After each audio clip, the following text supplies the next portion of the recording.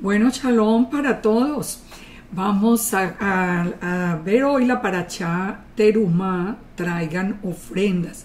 Una porción de la Torá que va desde Éxodo 25 hasta Éxodo 27, 19. Nosotros venimos estudiando el libro del Éxodo y sabemos que el pueblo, el Eterno ha sacado a su pueblo de Egipto con grandes prodigios y milagros, lo trajo en alas de águila hasta el Sinaí. Allí en el Sinaí el Eterno le declaró su amor a Israel, diciéndole: si ustedes guardan mis mandamientos, ustedes serán mi especial tesoro y me serán un reino de reyes y sacerdotes. El amor que el Eterno le tiene a su pueblo Israel, el pueblo que él escogió para que fuese sal y luz al mundo, es el que ha permitido que todo este proceso se dé para que a través de Israel la tierra entera conozca de su nombre y de su poder. Ya el Eterno, vimos en la parashá pasada que ya el Eterno les está dando todos los mandamientos, dio los 10 mandamientos, los que nosotros hemos conocido como los 10 mandamientos, después todos los mandamientos que protegen al más débil, al más necesitado. Ahora le ha mostrado a Moisés una réplica de su trono celestial y va a ordenar la construcción del tabernáculo o del Mishkan. En esto nos vamos a centrar en la parashá de hoy, en esta porción.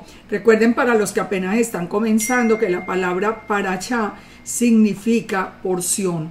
De manera que estamos estudiando, hoy entramos a un tema que es muy interesante, porque vamos a ver muchísimas aplicaciones a la vida de algo que siempre leímos como que sí, se construyó el tabernáculo en el desierto, pero ¿qué tiene que ver con nosotros?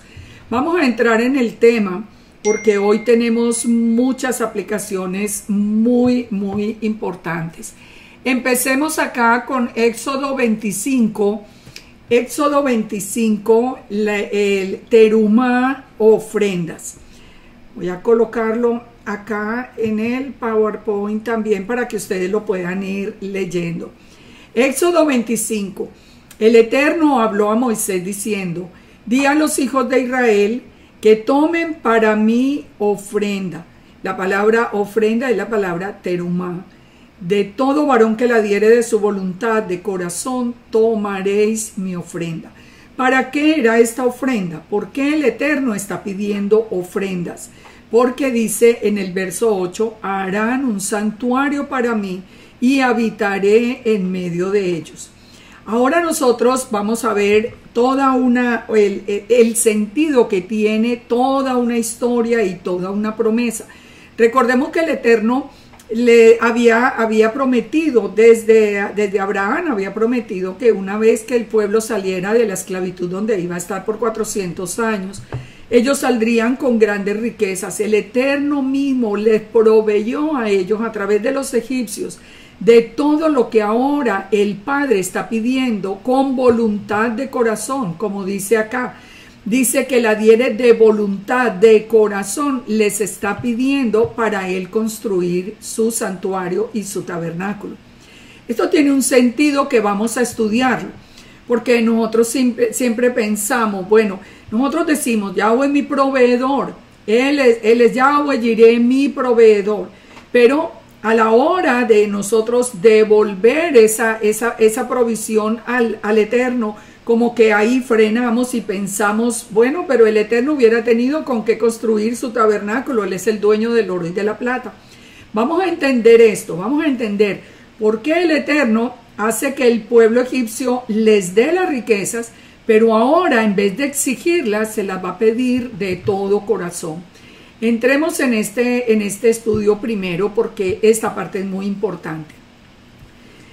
Cuando el Eterno va a construir, él quiere que se construya el tabernáculo y más adelante el templo, porque siempre desde la creación el Eterno quiso habitar en medio nuestro.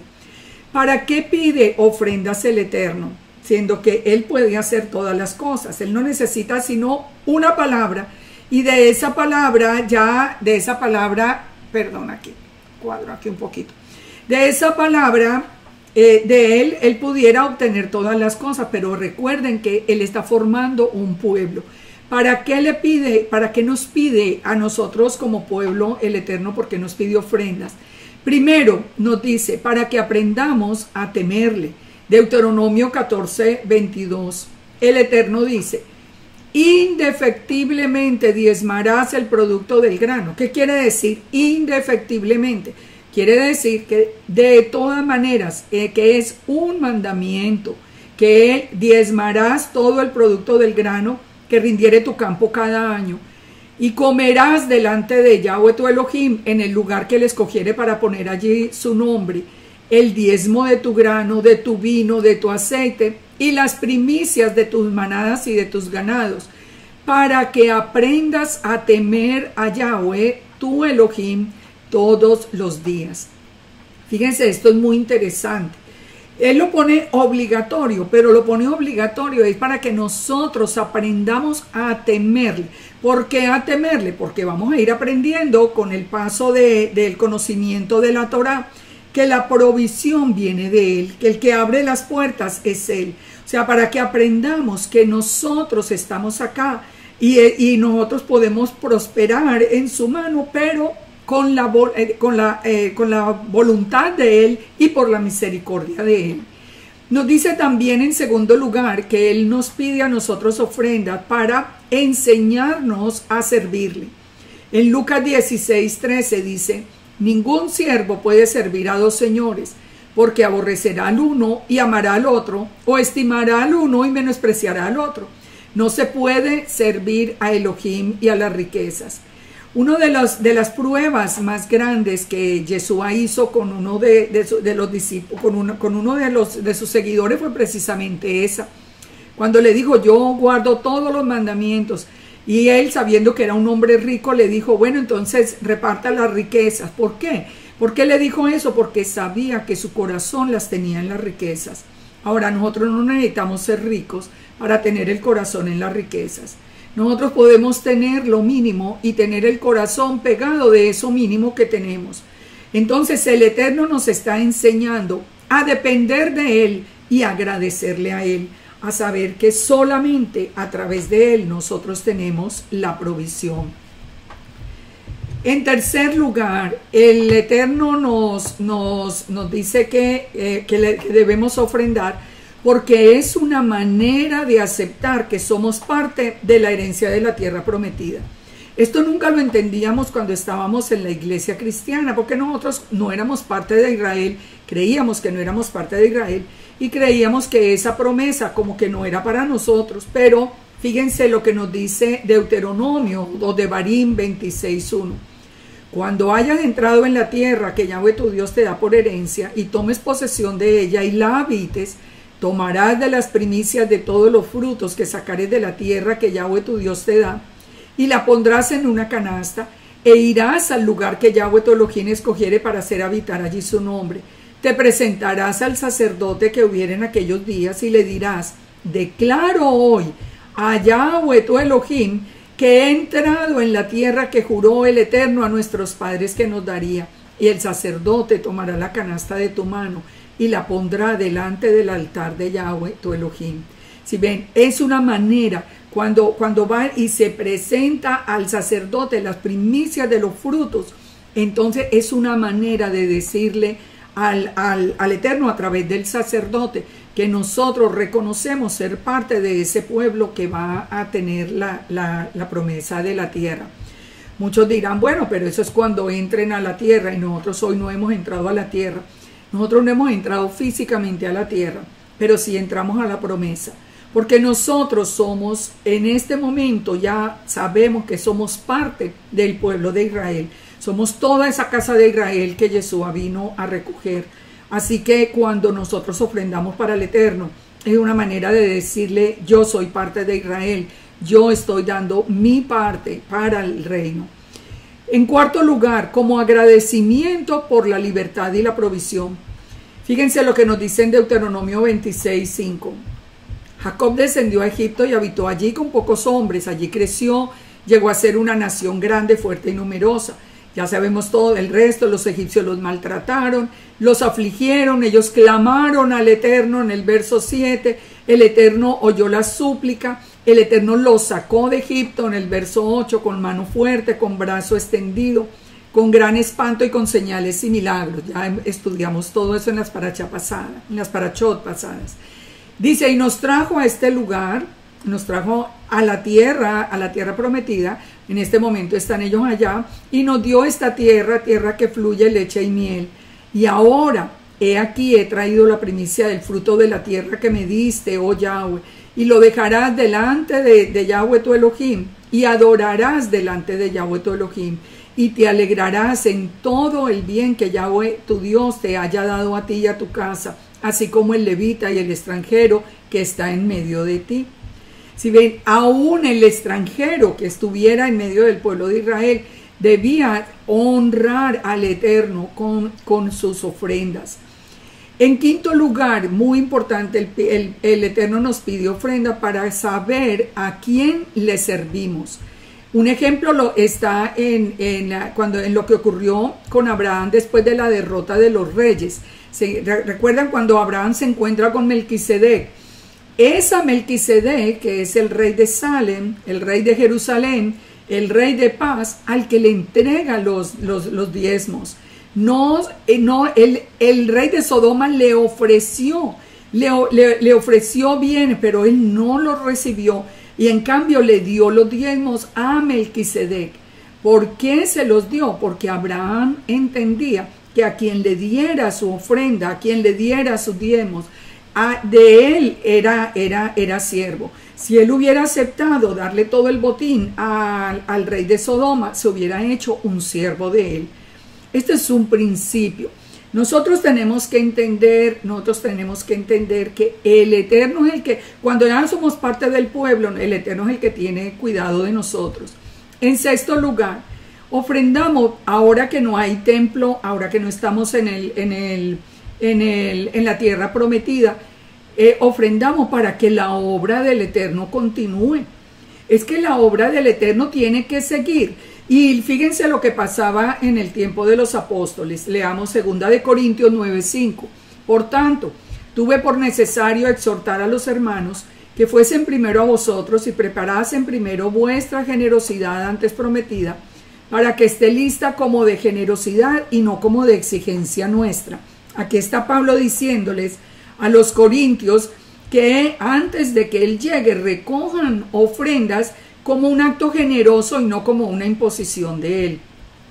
Pero esto te digo, que el que siembra escasamente, segará escasamente, y el que siembra generosamente, generosamente segará. Dice, cada uno dé como propuso en su corazón, no con tristeza, ni por necesidad, sí, porque el Eterno ama al dador alegre, y poderoso es el Eterno para hacer que abunde en vosotros toda gracia, a fin de que teniendo siempre en todas las cosas todo lo suficiente, abundéis para toda buena obra. Este texto que fue tan tergiversado en la iglesia, del que recibimos, o mucha gente, y en realidad yo nunca me cuento en eso, pero sí sé, es verdad que mucha gente recibió mucho abuso con el tema de los diezmos, aquello de que siembren inclusive de lo que no tienen, aquello de que dé para que el Eterno le devuelva, o sea, como por necesidad, yo voy a dar es para prosperar, para que el Eterno me devuelva. Ya hemos visto que las razones no son esas. La razón es porque nosotros le estamos declarando al Eterno que Él es nuestro Elohim, que Él es nuestro proveedor, que nosotros somos parte de esa promesa de la tierra, y que un día nosotros como constructores del reino vamos a aportar de lo que el Eterno nos da, de lo que Él mismo nos provee porque nos cuida, porque somos sus ovejas. Nosotros le vamos a aportar para que el reino continúe. Por eso dice que sea de generosidad y no de exigencia, que sea de comprensión de por qué se está haciendo la ofrenda. Dice que cada uno tomará como propuso en su corazón, no es algo. Aquí estamos hablando de las ofrendas. ¿Y por qué Pablo estaba pidiendo esas ofrendas? Porque en este momento el templo estaba en pie, Ellos debían haber llevado las ofrendas y las primicias al templo, pero daban los diezmos, perdón, y las primicias al templo, pero ellos daban la ofrenda a los apóstoles, porque los apóstoles tenían que ir de una ciudad en otra, porque ellos tenían que comer, porque ellos tenían que dormir, porque siempre hay la persona que está llevando el mensaje tiene una serie de gastos. Esto no se puede hacer así nomás. Esto requiere de una inversión inmensa. Y cuando uno se siente parte del reino, entonces uno da de lo que el Eterno le provee, y lo da con alegría de corazón. Ya como dice el mismo Pablo, no con tristeza. Porque dice, poderoso es el Eterno para hacer que abunde en vosotros toda gracia, y que hacer que siempre que las cosas todas sean suficientes. Miren, yo soy una persona que puedo darles a ustedes testimonio, pero un testimonio que nos pudiéramos quedar aquí todo el tiempo, de cómo el Eterno me ha guardado y me ha provisto en este tiempo. Yo hace muchos años atrás, ya muchos años atrás, antes de yo venirme para los Estados Unidos, yo tuve una pérdida económica impresionantemente grande. Impresionante, y pasé mucho tiempo de muchas dificultades. Llegué aquí sin nada, pero mire, y todavía, digamos, y he vivido todo este tiempo con la misericordia del Eterno. Nunca me ha faltado, me ha abierto todas las puertas de trabajo. Él me ha abierto la posibilidad de tener siempre una vivienda hermosa, un sitio hermoso donde estar. Yo misma, cada día es un motivo de maravillarme. Pero saben una cosa, porque yo creo que nosotros tenemos un Elohim vivo y verdadero. Y todo, uno no ofrenda solo dinero, uno ofrenda su tiempo, uno ofrenda su esfuerzo, uno ofrenda uno puede acompañar a alguien, uno puede hacer muchas cosas como parte de la ofrenda al Eterno. Pero es cierto, el que siembra escasamente segará. El que siembra generosamente segará también. Pero como les digo, hay que aprender. ¿Cuándo se hace esta ofrenda? El mismo Pablo decía, no la hagan en Shabbat, no se pueden recoger, háganla el primer día de la semana. ¿Qué es el primer día? Al terminar el Shabbat. No es que sea el domingo, no es que se reunían el domingo, sino al terminar el Shabbat. Y dice, y guárdenlo para cuando yo llegue, no sea que cuando haya llegado, a quienes hubiere designado por carta, estos enviaré para que lleven el donativo a Jerusalén. O sea, de ahí se iban las ofrendas también a Jerusalén, pero ellos llevaban la palabra, también con el apoyo de todos. Entonces, nosotros, ¿qué es lo que tenemos que entender acá? Exactamente eso, que si hoy somos parte del pueblo de Israel, el Eterno nos ha dicho que indefectiblemente diezmaremos. Cuando no se es parte de Israel, no se debe pedir diezmo. Eso es una verdad, eso era una distorsión antes. Pero hoy nosotros dependemos de la provisión del Padre. Y la provisión del Padre es abundante porque Él es todopoderoso. Vamos a los materiales. Fíjense los materiales, volvamos al tema de Éxodo 25:1. El Eterno habló a Moisés diciendo, di a los hijos de Israel que tomen para mí ofrenda. De todo varón que la diere de su voluntad de corazón, tomaréis mi ofrenda. Fíjense que el Eterno nunca acepta ofrenda de quien no la dé de corazón. Si una persona no la quiere dar de corazón, no la dé, simplemente, no hay necesidad. Dice, pero esta es la ofrenda que tomaréis de ellos. Aquí nos va a hablar qué tipo de ofrenda va a pedir para el tabernáculo. Dice, tomará de ellos oro, plata y cobre, azul, púrpura, carmesí, lino fino, pelo de cabras, pieles de carneros teñidas de rojo, pieles de tejones, madera de acacia, aceite para el alumbrado, especias para el aceite de la unción y para el incienso aromático, piedras de ónice y piedras de engaste para el éfod y para el pectoral. Y harán un santuario para mí, habitaré en medio de ellos, conforme a lo que yo te muestre. El diseño del tabernáculo y el diseño de los utensilios, así lo haréis. Fíjense cuántas cosas estaba pidiendo como ofrenda el Eterno. El pueblo está en el desierto. Recuerden, el pueblo está en el desierto. La pregunta es, ¿de dónde salen entonces todas esas ofrendas? De todo lo que les dieron en Egipto, de todo lo que les proveyó el Eterno antes de salir. Fíjense que ese es el ciclo. El Eterno provee, nosotros él pide que de todo corazón le demos la ofrenda. Entonces, ¿por qué pide oro, plata y cobre? Vamos a ver estos materiales que son para el tabernáculo. El oro porque significa la divinidad, la plata porque significa la redención y el cobre porque significa juicio. Tres cosas muy importantes de entender. Quien va a estar en medio del pueblo es divino, es Elohim mismo. Él viene a redimirnos, Él viene a pagar el precio por nuestro pecado, para que nosotros podamos ser ya siervos de Él y no siervos del mundo. Y viene a hacer juicio. Así que lo primero que fue ordenado fue el oro. Ahora miremos el significado de los colores del tabernáculo. En Éxodo 25:4 pide que sean azul, púrpura, carmesí y lino fino. Esto es muy interesante porque los colores siempre son mencionados en el mismo orden. Nosotros podemos leerlos en el mismo orden. ¿Qué significa el azul? El azul significa el color del cielo.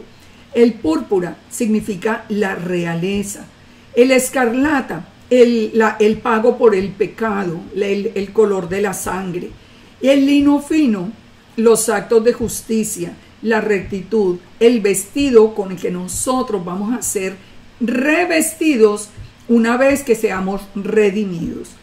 Entonces, ¿cuáles son esos otros elementos? Las pieles de carnero, el azul, el púrpura, carmesí, lino fino, pelo de cabras, pieles de carnero teñidas de rojo, pieles de tejones, aceite. Todo esto lo vamos a ir estudiando a lo largo del libro, pero vamos a hacer énfasis en este momento en uno muy importante, la piel de carnero teñida de rojo.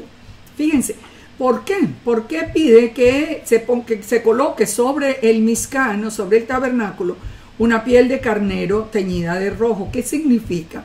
Fíjense que desde el Génesis, desde el mismo Bereshit, encontramos que Adán y Eva, después del pecado, ellos fueron cubiertos con túnicas de pieles. Para haber tenido esa túnica de piel, se necesitaba que... Para haber tenido esta túnica se necesitó que se hubiera sacrificado un cordero. Y recuerden que la misma palabra nos habla del cordero que fue inmolado desde el principio del mundo. Entonces, desde el principio, el Eterno nos está enseñando, el Eterno nos enseña que la cubierta de la piel, la cubierta del carnero teñida de rojo es la sangre derramada para redención y para perdón del pecado. Adán y Eva se habían cubierto, ellos mismos se habían puesto las hojas de higuera, pero el Eterno los cubre es con la piel del carnero sacrificado, que es la sangre derramada por redención. Recordemos que sin derramamiento de sangre no hay perdón de pecados. Hoy, cuando tantas personas están poniendo en duda que si Yeshua murió en la cruz o no, que si eso fue verdad o no, porque ya el Nuevo Testamento no se le puede creer. Pues mire, la muerte de Yeshua tiene absoluto sentido dentro de todo lo que está establecido desde el mismo Bereshit. No hay perdón de pecados sin derramamiento de sangre. El Eterno no admite sacrificios humanos. El Eterno entonces envió su palabra en la forma de un hombre, pero su palabra no es un hombre cualquiera, es su palabra la que vino en esa forma que fue reconocido por Juan el Inmersor como el Cordero de Dios que quita el pecado del mundo.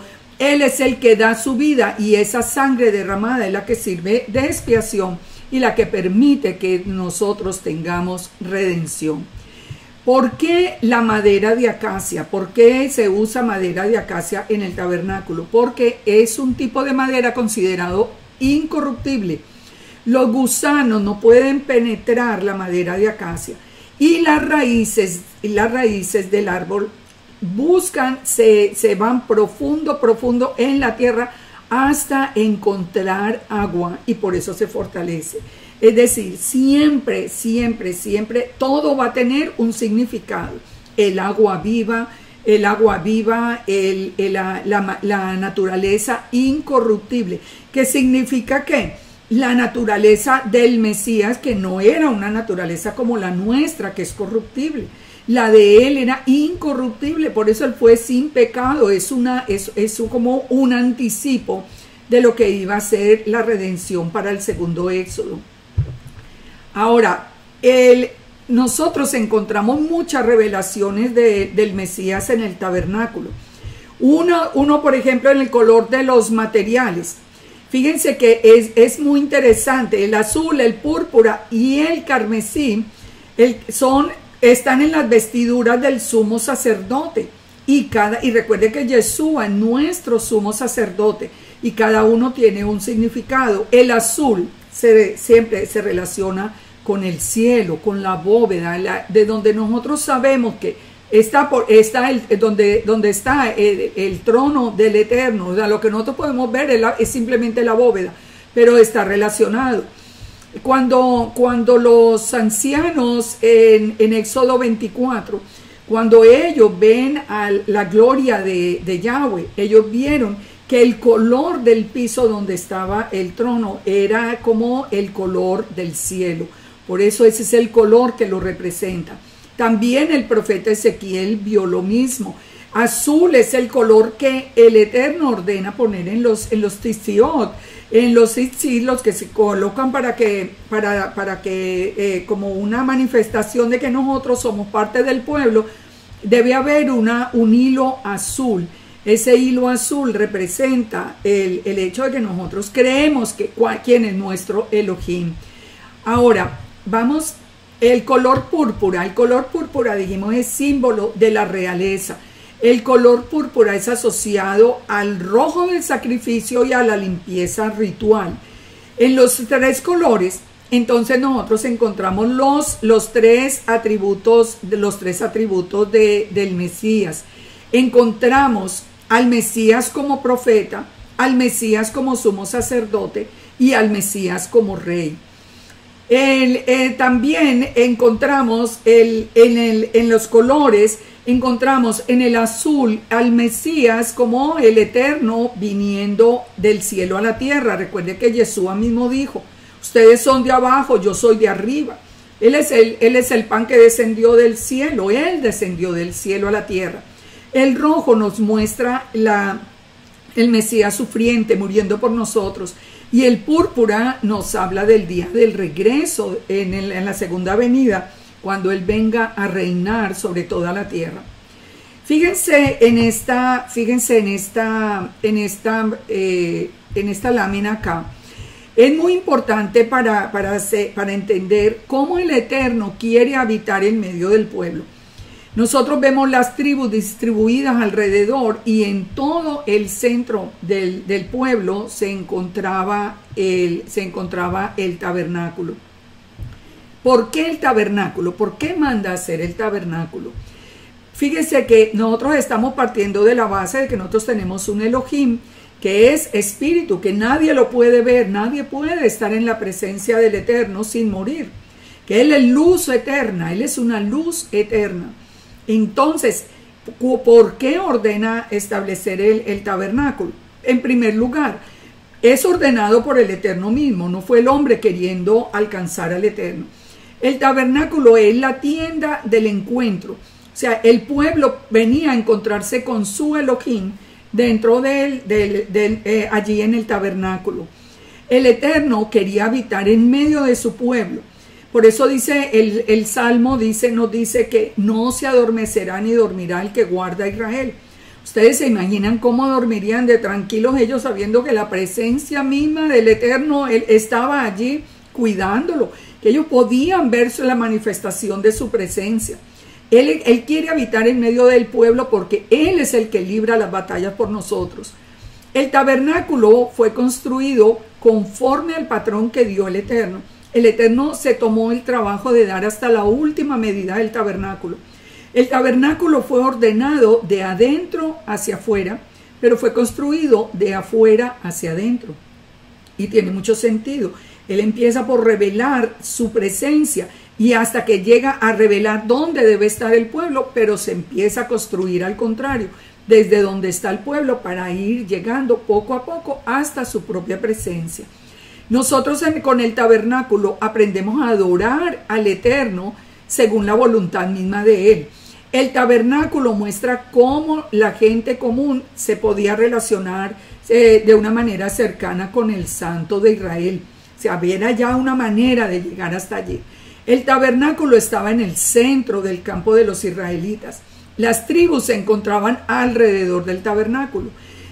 Durante 500 años, el primer templo, que fue el templo de Salomón, el Beit Hamidash, fue construido y fue como el centro de la reunión. Recordemos que en las mismas fiestas todos tenían que venir hasta el templo.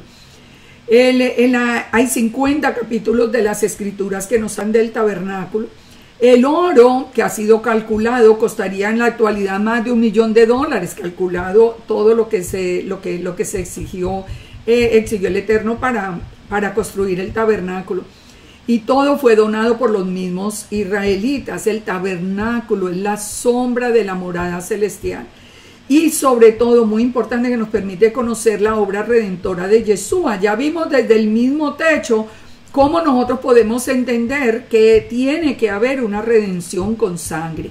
Así que el Eterno, no solamente que el pueblo podía venir acá donde estaba el tabernáculo, sino también que nos enseñaba muchas cosas que son muy importantes y que hoy las hemos olvidado. Una, aprender a seguir la nube. Ustedes saben que en este tiempo, cuando el Eterno nos está ordenando salir de donde estábamos, porque está recogiendo todo el pueblo para el segundo éxodo, ahora cuando el Eterno nos está ordenando movernos de donde estábamos en la iglesia cristiana, que estábamos contentos, felices allí, el Eterno un día nos llama y nos dice: salgan, porque yo necesito que conozcan la Torá, yo necesito que comiencen el proceso de regreso a casa. La nube se está moviendo, pero muchas personas, en especial muchos pastores, con mucha tristeza ve uno, que no quieren seguir la nube, que prefieren quedarse allí. No, aquí fue donde nosotros aprendimos, así es, pero no entienden que nosotros tenemos un Elohim vivo y verdadero que nos está llamando a salir al segundo éxodo. Esto es salir al desierto de nuevo, esto es salir de Egipto otra vez. Nosotros tenemos que aprender a seguir esa nube, a escuchar el silbido del Eterno, a escuchar la voz del Eterno y salir adelante. También tenemos que aprender a ser una comunidad, a ser un pueblo. Nosotros tenemos que aprender que no todo el mundo tiene la misma función dentro del pueblo. Dentro del pueblo hay diferentes ministerios, dentro del pueblo hay diferentes llamados, dentro del pueblo también hay muchos lobos disfrazados de oveja, que nosotros tenemos que empezar a descubrir y a avisarnos unos a otros, porque tenemos que aprender a cuidarnos. Tenemos que aprender a depender de un líder, de un pastor, y tenemos que aprender que el pueblo de Israel tenía contacto directo con el Eterno, pero tenía a Moisés como su líder, después a Josué como su líder. Siempre va a tener un líder que lo esté guiando.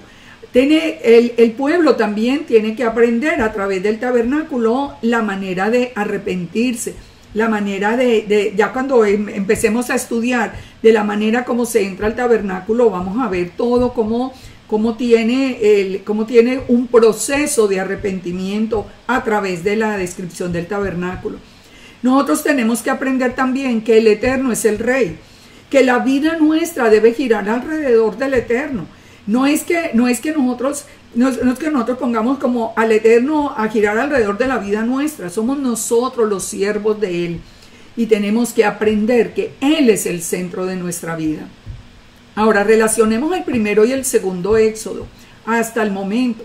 Recordemos que así como el pueblo está saliendo de Egipto, el Eterno nos dijo a través del profeta Jeremías: por tanto, he aquí que vienen días, dice Yahweh, en que no se dirá más: vive Yahweh que hizo subir a los hijos de Israel de la tierra de Egipto, sino vive Yahweh que hizo subir y trajo la descendencia de la casa de Israel de la tierra del norte y de todas las tierras donde yo los había echado, y habitarán en su tierra.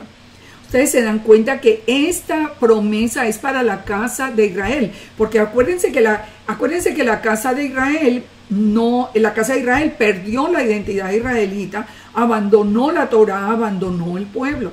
Recordemos que la casa de Judá ha permanecido siempre con su identidad israelita muy clara. En cambio nosotros no.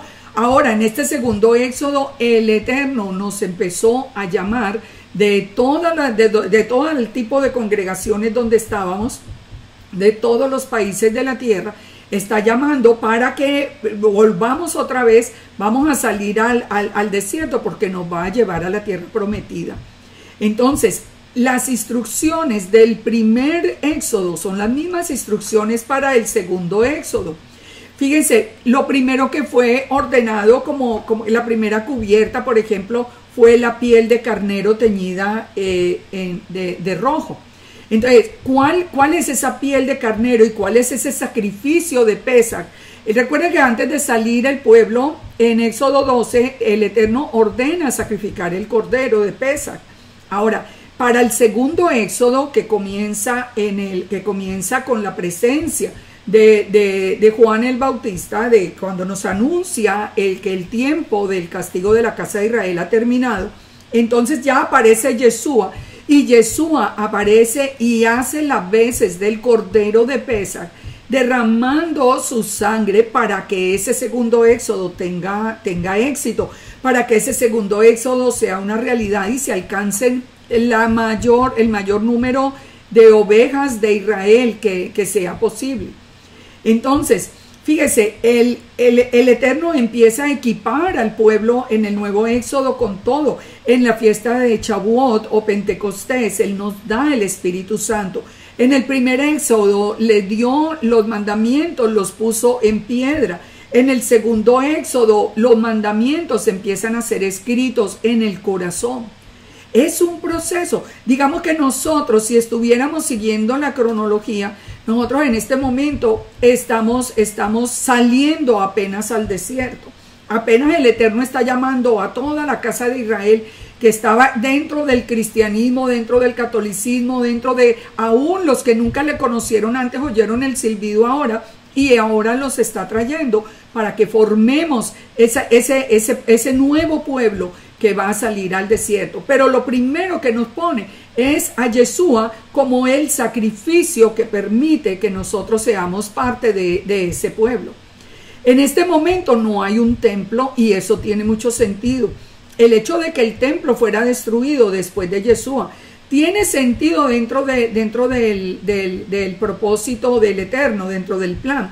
Porque fíjense, piensen por un momento qué hubiera pasado si el templo estuviera en pie.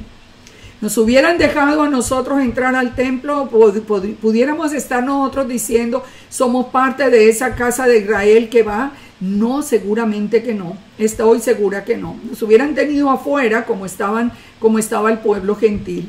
Pero el Eterno hizo el sacrificio de Yeshua una vez y para siempre, una vez y para siempre, quiere decir que ya no iban a haber más sacrificio en el templo para redención, sino que la sangre misma de Yeshua y el hecho de ser levantado en ese madero era el que iba a llamar a todas las ovejas de Israel. ¿A ustedes no les parece muy curioso que desde 1948 Israel es de nuevo nación, pero hasta hoy no se puede lograr que el sitio sea liberado para ser reconstruido el templo? Bueno, el Eterno es el que tiene todo en sus manos. El Eterno sabe que y nos dice que es el Mesías, el que viene a reconstruir el templo, el que viene a levantar el templo, porque Él va a reinar desde allí. Pero mientras tanto no va a haber otro sacrificio que sea como no sea el de Yeshua.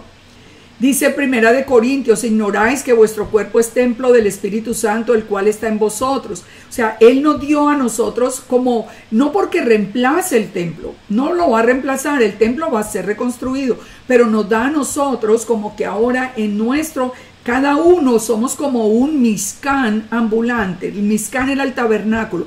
Recuerden que la diferencia entre Mishkan y el templo y el Bet Hamikdash es que el uno era ambulante, el otro es en el sitio donde el Eterno determinó. Nosotros seríamos como una especie como de templo ambulante. ¿En qué sentido? En que nosotros tenemos que tener cuidado muy especial de nuestra vida. Nosotros tenemos que cuidar ese templo de que no se haga nada que sea abominable al Eterno. Es parte como de enseñarnos ese cuidado. Y en Efesios nos dice estas palabras que son muy importantes. Así que ya no sois extranjeros ni advenedizos, sino conciudadanos de los santos. Ya no somos gentiles, que significa paganos. Ahora, a través de Yeshua, nosotros somos de nuevo parte del pueblo de Israel, miembros de la familia de Dios, edificados sobre el fundamento de los apóstoles y de los profetas. ¿Cuál era el fundamento de los apóstoles y los profetas? La Torá, siendo la principal piedra del ángulo Yeshua. Miren, cuando hoy que tanta gente está dejando a Yeshua, cuando lo dejan, se acabó el plan, quedaron por fuera, no hay nada. No hay una manera de ser parte del segundo éxodo sin Yeshua. Porque ¿dónde está el sacrificio? ¿Dónde está dónde está toda la réplica del tabernáculo? Y nos dice, en quien todo el edificio bien coordinado va creciendo para ser un templo santo. O sea, el tabernáculo era una sombra profética de Yeshua. Ahora está Yeshua presente y va creciendo y va llamando a todas las ovejas de Israel hasta que el templo ya sea levantado, Yeshua regrese y desde allí reine con todos. Entonces, todo esto forma parte de ese nuevo pacto, todo forma parte de ese nuevo éxodo. El primer pacto se hizo con el éxodo de Egipto, el segundo pacto, el pacto renovado o el nuevo pacto es con el segundo éxodo. Y fíjense lo que hace el Eterno con la vida nuestra. Nosotros entendimos a través de Yeshua, tuvimos el privilegio de regresar otra vez al pueblo de Israel, pero una vez que regresamos, fíjense lo que nos dice el Eterno a través de Ezequiel 36, os tomaré de las naciones, os recogeré de las tierras, os traeré a vuestro país. ¿Cuál es vuestro país? Pues a Israel otra vez. Pero dice, pondré sobre vosotros agua limpia, seréis limpiados de todas vuestras inmundicias y de todos vuestros ídolos os limpiaré. Os daré un corazón nuevo y pondré espíritu nuevo dentro de vosotros y quitaré de vuestra carne el corazón de piedra y os daré un corazón de carne. ¿Qué nos dice la palabra que es el corazón de piedra? El que no quiere oír la Torá. Dice que les hablaban de la Torá y ellos ponían el corazón como diamante para no oír los mandamientos del Eterno. Entonces, lo que está haciendo el Eterno hoy, nos llamó a ese segundo éxodo, empieza a limpiarnos. ¿A través de qué nos limpia? A través de la Torá. ¿Cómo se limpiará el joven el camino? A través de los mandamientos. Nosotros, cuando aprendimos que no podíamos comer lo que antes comíamos, empezamos a limpiar ese templo. Cuando hoy nos guardamos de comer kosher, cuando hoy nos guardamos de guardar los mandamientos, cuando hoy estamos nosotros observando los días de fiesta que el Eterno ordenó. Cuando vamos en todo esto, empezamos a ser limpios delante del Eterno. Y dice que nos pone ese corazón nuevo, un corazón de carne que ama su Torah. Dice, y pondré dentro de vosotros mi espíritu para que andéis en mis estatutos. Cuando nosotros hoy caminamos en la Torah, caminamos en gozo. Yo de verdad que no he visto una persona que haya entendido esto y que diga, no, qué carga tan terrible la que nos pusieron. Yo veo que es un gozo y yo no encuentro, francamente que yo no encuentro cuál es el mandamiento que sea una pesada carga, como nos decían antes. Y dice, y ustedes guardarán mis preceptos, los pondrán por obra. ¿Para qué? Para habitar en la tierra prometida, en la tierra que el Eterno nos dio. Si ven, es todo un plan que tiene todo el sentido. Todo esto lo aprendemos a través de la descripción del Mishkan. La sangre, entonces, la sangre de Yeshua es la que cubre la vida nuestra en este momento. Ese es antes estaba en el dintel de la puerta, después durante toda la travesía estaba puesta sobre el tabernáculo. La sangre de Yeshua ahora está puesta sobre nuestra vida, en el dintel de nuestra vida, de nuestra puerta, de nuestra casa. Entonces, ¿cuál es la condición de los dos éxodos? El guardar, hacer la voluntad del Eterno. Por eso nosotros estamos caminando ahora como detrás del Mizcán. Fijemos en Éxodo 25, cuando nos habla del arca del pacto. Dice que harán un santuario, habitaré en medio de ellos, conforme a lo que yo te muestre el diseño del tabernáculo, así lo haréis.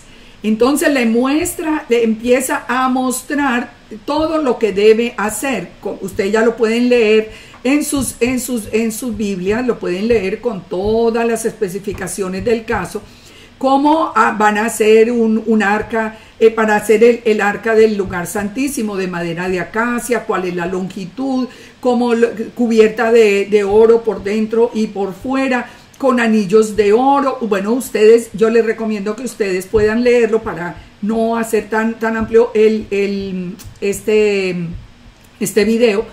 Pero lo más importante es que nosotros entendamos todo lo que pasó allí con el arca. Esto fue la descripción. ¿Qué era lo que contenía el arca?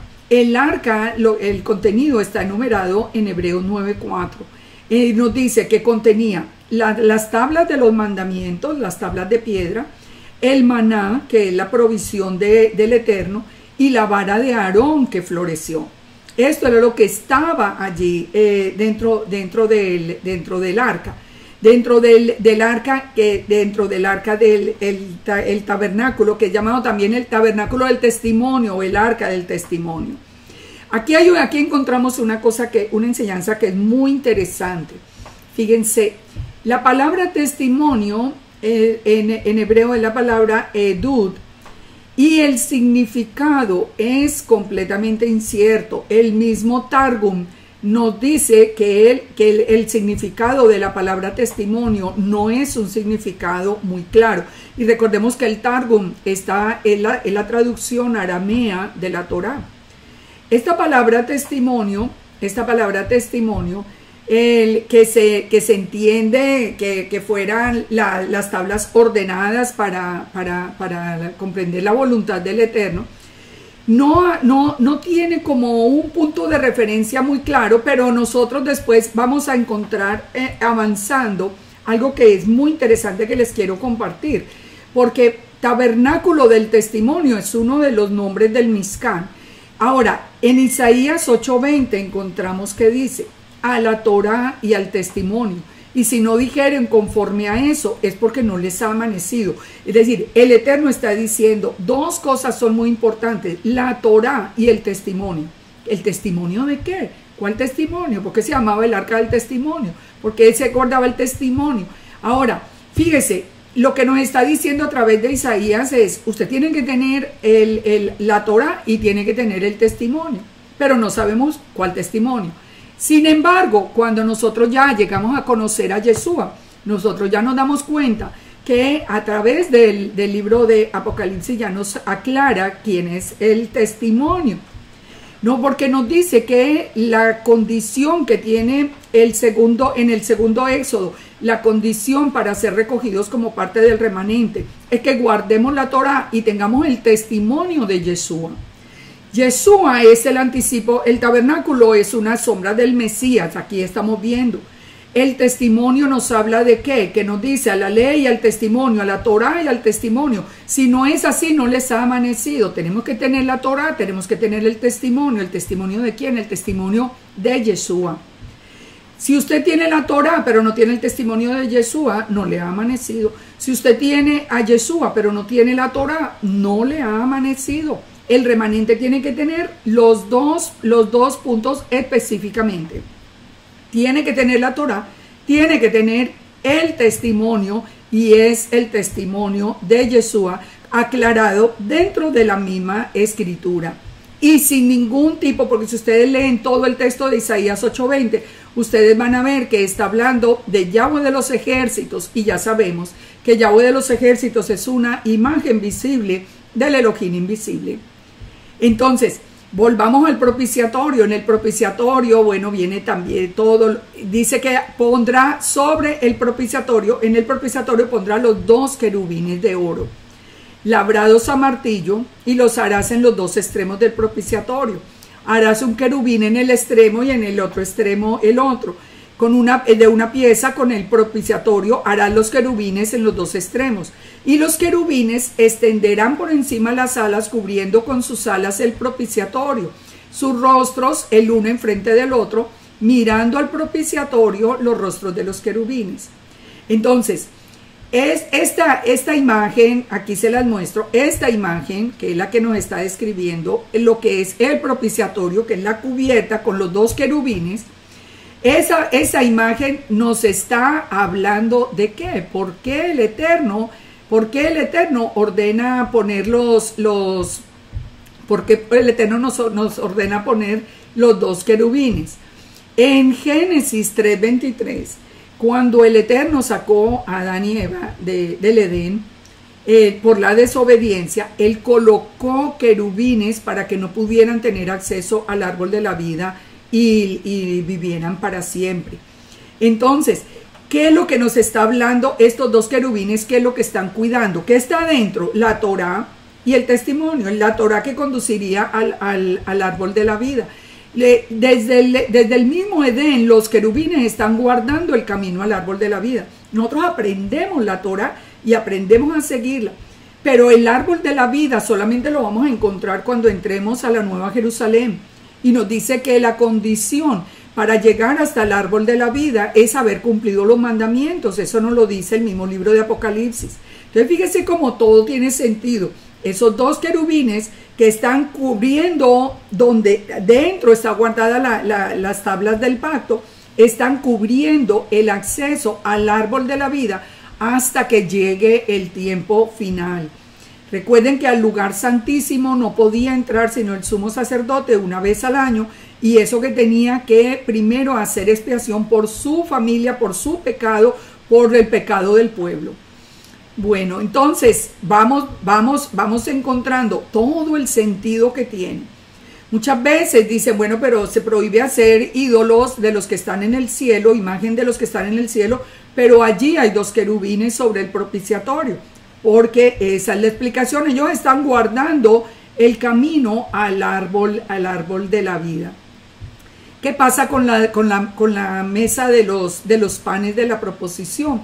Aquí también aprendemos algo que es muy hermoso. Dice que harán una mesa de madera de acacia, la longitud de 2 codos, la cubrirás con oro puro. También, por favor, léanse toda la descripción de esto. Tenemos la mesa de la proposición, donde se iban cubierta con oro, de madera de acacia, que ya vimos lo que significa, y se van a poner los panes de la proposición. Los panes de la proposición son 12 panes, son los 12 panes. Los panes de la proposición en hebreo se llama el lejem panim. El lejem panim es una expresión que ha tenido muchas interpretaciones dentro del judaísmo, pero nosotros encontramos en Isaías 63, nosotros que conocemos a Yeshua y tenemos la revelación de Yeshua, encontramos en Isaías 63 algo que lo hemos compartido en otros estudios y es muy hermoso, que dice la palabra, que nos está hablando de Sar Japanim, el ángel de la presencia. Y ya sabemos que el Sar Japanim es llamado por el mismo judaísmo como Yeshua Sar Japanim. ¿Qué dice Isaías 63:9? En toda angustia de ellos él fue angustiado, y el ángel de su faz, o Sar Japanim en hebreo, el Malak Japanim, los salvó. Y en su amor y en su clemencia los redimió, los trajo y los levantó todos los días de la antigüedad. Fíjense esto es muy importante. Aquí Isaías 63, si lo leyéramos en hebreo, va a decir el Sar Japanim, el Malak Japanim, el ángel de la faz del Eterno, lo salvó al pueblo de Israel. En su amor lo redimió. ¿Quién es el que nos salvó? ¿Quién es el que nos redimió? ¿Quién es el que nos trajo? ¿Quién es el que nos levantó? es Yeshua. Nosotros sabemos que Yeshua es Yeshua Sar HaPanim, el mismo que el judaísmo llama y clama en el día de Yom Teruah, en el día de las trompetas, cuando en las mismas oraciones piden a Yeshua Sar HaPanim, el intermediario entre Elohim y los hombres. Mire, es que nosotros de verdad que cuando seguimos instrucciones solamente de quien no tiene la revelación de Yeshua, nos perdemos del camino. El texto entonces, cuando habla del pan de la presencia, nos está hablando de Yeshua, nos está hablando de Yeshua como el Lehem Panim, nos está hablando porque sabemos que habla de Yeshua. Porque Juan 6:35, Yeshua mismo dijo, yo soy el pan de vida. El que a mí viene nunca tendrá hambre, y el que en mí cree jamás tendrá sed. También dijo en Juan 6:48, yo soy el pan de vida. El Lehem Panim es el lejem de vida. En Mateo 26, Yeshua tomó el pan, lo bendijo y dijo, tomad, este es mi cuerpo. De tanta manera, Yeshua nos está diciendo que Él es el pan mismo, el pan, ese pan de la proposición. Dice, porque el pan de Dios es aquel que descendió del cielo y da vida al mundo. El pan del Eterno es el que descendió del cielo. Yeshua mismo dijo que Él había descendido del cielo. Es que Yeshua no es un hombre cualquiera. Toda esa historia de que el Nuevo Testamento está errado y distorsionado, eso es mentira. Es toda la cizaña sembrada para que nosotros o ustedes dejen a Yeshua, y una vez dejado a Yeshua quedaron por fuera de todo. Dice, Yeshua dijo, yo soy el pan vivo que descendió del cielo. Si alguno come de este pan, vivirá para siempre. El pan vivo que descendió del cielo. ¿Ustedes creen que un hombre cualquiera puede decir una frase como esa? Así que fíjense, la mesa donde está colocado el Lehem Panim tiene una corona de oro. Cuando dice Apocalipsis 14:14, miré y he aquí una nube blanca y sobre la nube uno sentado semejante al Hijo del Hombre que tenía en la cabeza una corona de oro. Esa corona le pertenece a Yeshua. En la mesa de madera de acacia, la naturaleza de Yeshua, recubierta con oro, la divinidad de Yeshua. Yeshua que es el pan, y el pan que alimenta a las 12 tribus. Muchos dicen, bueno, y en la casa de Judá que no conoce a Yeshua, la va a conocer. Léanse Zacarías 12:10. En un solo día, toda la casa de Israel levantará los ojos al cielo y van a ver al que traspasaron, pero van a ver a Yahweh a quien traspasaron. Porque ahí la palabra dice muy claro que Yeshua es Yahweh, Yeshua es la palabra del Eterno, es el pan que bajó del cielo. Yeshua es de esa naturaleza divina y solamente tenemos un Elohim. Nos dice también que harían en un candelero de oro puro, labrado a martillo. Estamos hablando de la menorá. La menorá también es un anticipo del Mesías, labrada a martillo. Lean Isaías 53.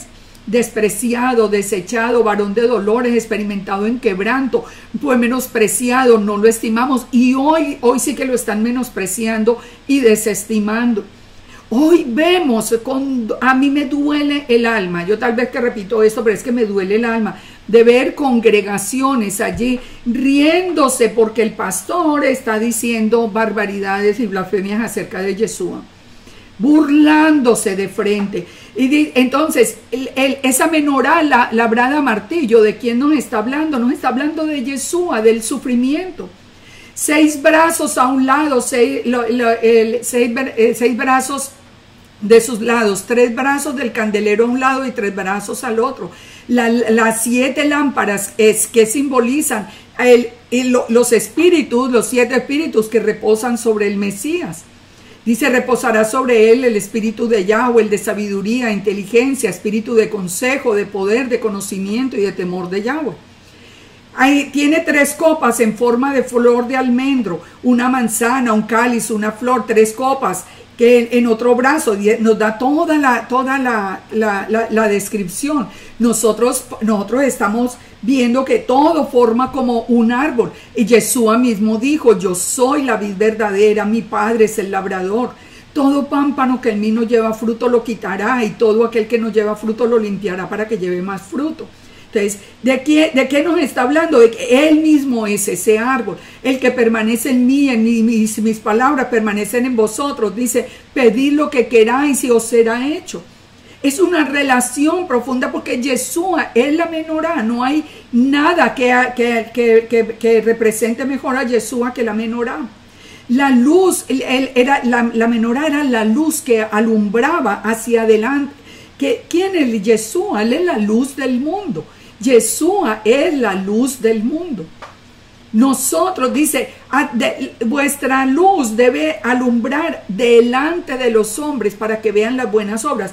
Él nos enseña a hacer luz, pero el que es la luz del mundo es Yeshua. Todo lo que está ordenado en el tabernáculo tiene que ver con Yeshua. Entonces, la menorá tiene 7 luces. Tiene 7 luces. El 7 es plenitud. Y Yeshua dijo, el que me sigue, yo soy la luz del mundo. El que me sigue no andará en tinieblas, sino que tendrá la luz de la vida. Aquellos que han apagado esa luz porque ya no creen en Yeshua, ya quedaron en tinieblas otra vez. Por eso vemos lo que vemos. Ahora, en las generalidades entendemos todo.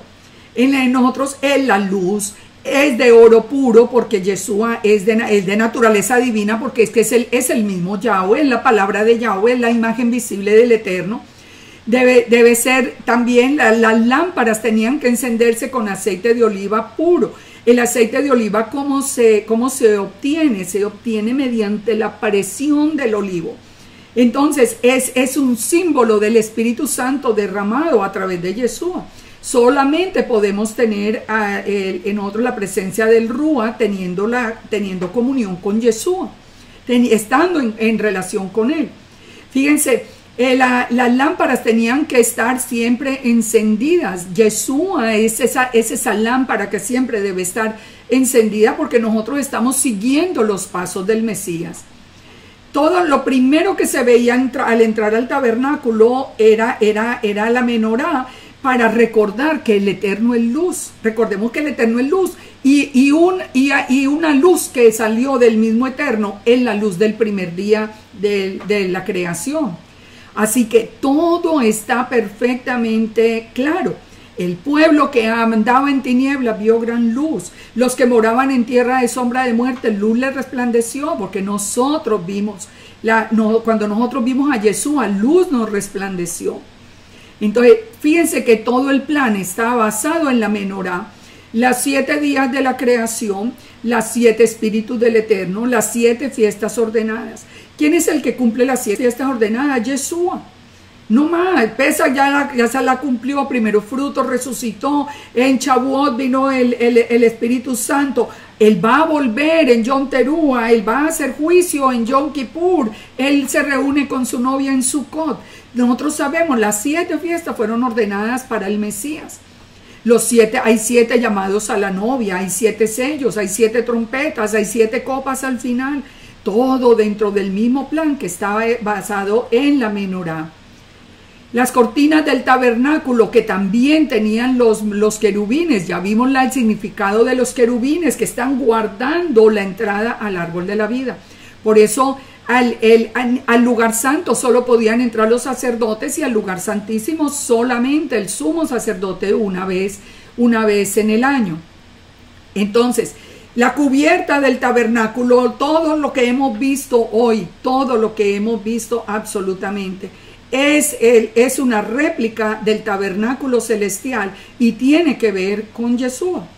El velo, un velo azul, púrpura, carmesí, lino torcido. Ya vimos el significado de los colores. Empecemos a pensar en todo esto y nos vamos a dar cuenta. Nos habla siempre de la divinidad, nos habla de la realeza, pero nos habla también siempre de la sangre derramada. El carmesí siempre nos va a hablar esa sangre derramada. Recuerden, el primer pacto se selló con sangre. Moisés esparció la sangre de los animales que fueron sacrificados sobre el pueblo. También la sangre de Yeshua tiene que ser sobre nuestras vidas.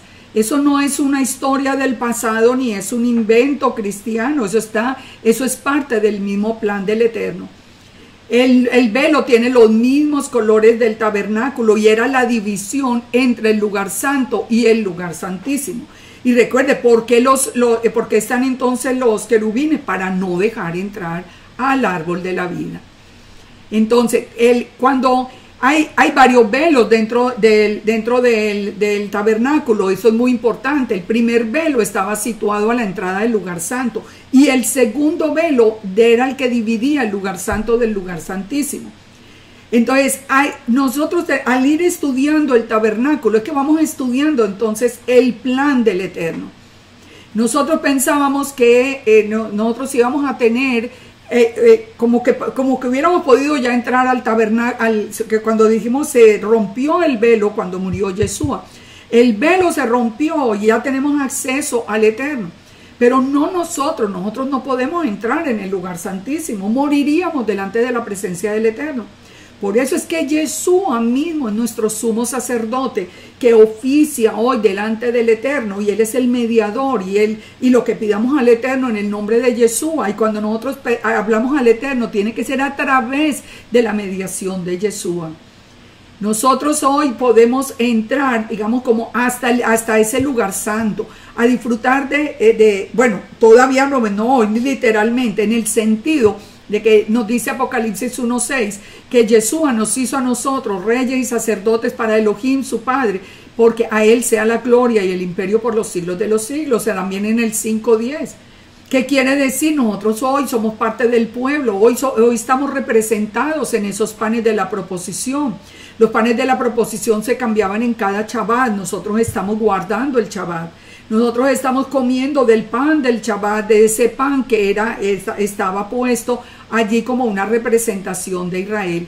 Y Primera de Pedro dice, como piedras vivas, sed edificados como casa espiritual y sacerdocio santo, para ofrecer sacrificios espirituales aceptables a Elohim por medio de Yeshua. Cada una de nuestras vidas, de nuestras acciones. Viene también el altar del incienso, en Éxodo 27:1.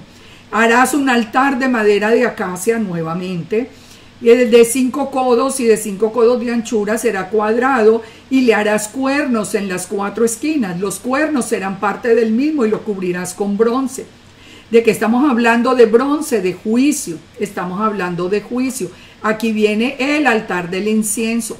Entonces, ¿qué encontrábamos en el lugar santo? La menorá, la mesa de los panes y el altar del incienso. El altar del incienso estaba enfrente al velo que estaba orientado hacia el lugar santísimo. Y en las 4 esquinas había cuernos. La parte superior y lateral y los cuernos estaban cubiertos de oro. ¿Qué significa el cuerno? Significa poder. Y tenía anillos para transportarla. El sumo sacerdote quemaba incienso en la mañana y en la noche. Y el fuego de ese altar venía del altar de bronce. Entonces, el fuego del altar de bronce era el que permitía que se quemara el incienso. El Eterno entonces ordenó una clase especial de incienso. No era cualquiera, era una mezcla especial que solo se conocía en tiempos del tabernáculo y en tiempos del templo. El sacerdote podía morir si usaba otra clase de incienso. Fíjense, esto nos enseña, como decíamos al principio, el Eterno nos enseña a seguirlo a Él, a seguir sus instrucciones. Dice ¿por qué murieron Nadab y Abiú, los hijos de Aarón? Dice, cada uno puso su incensario y pusieron en ello fuego, sobre el cual pusieron incienso y ofrecieron delante del Eterno fuego extraño que Él nunca les mandó, y fueron consumidos. Fíjense, nosotros no podemos inventar. Hoy es muy frecuente que en las casas se queme incienso. Eso nunca lo hagan. Porque ni siquiera, primero porque eso solamente podía hacerse en el tabernáculo o en el templo. Pero segundo porque es que nadie conoce. Esos son inciensos a dioses extraños. Nosotros no podemos hacer eso.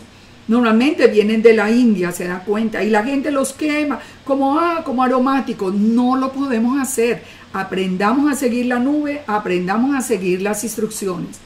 Ese incienso subía con humo y representaban que simbólicamente como las oraciones. Dice el Salmo 141, Yahweh, a ti he clamado, apresúrate a mí, escucha mi voz cuando te invocare, suba mi oración delante de ti como el incienso, el don de mis manos como la ofrenda de la tarde. Era una manera como de llevar nuestro clamor al Eterno. Entonces dice, por ejemplo, en Apocalipsis 5:8, cuando hubo tomado el libro, los 4 seres vivientes y los 24 ancianos se postraron delante del Cordero. Todos tenían arpas y copas de oro llenas de incienso, que son las oraciones de los santos.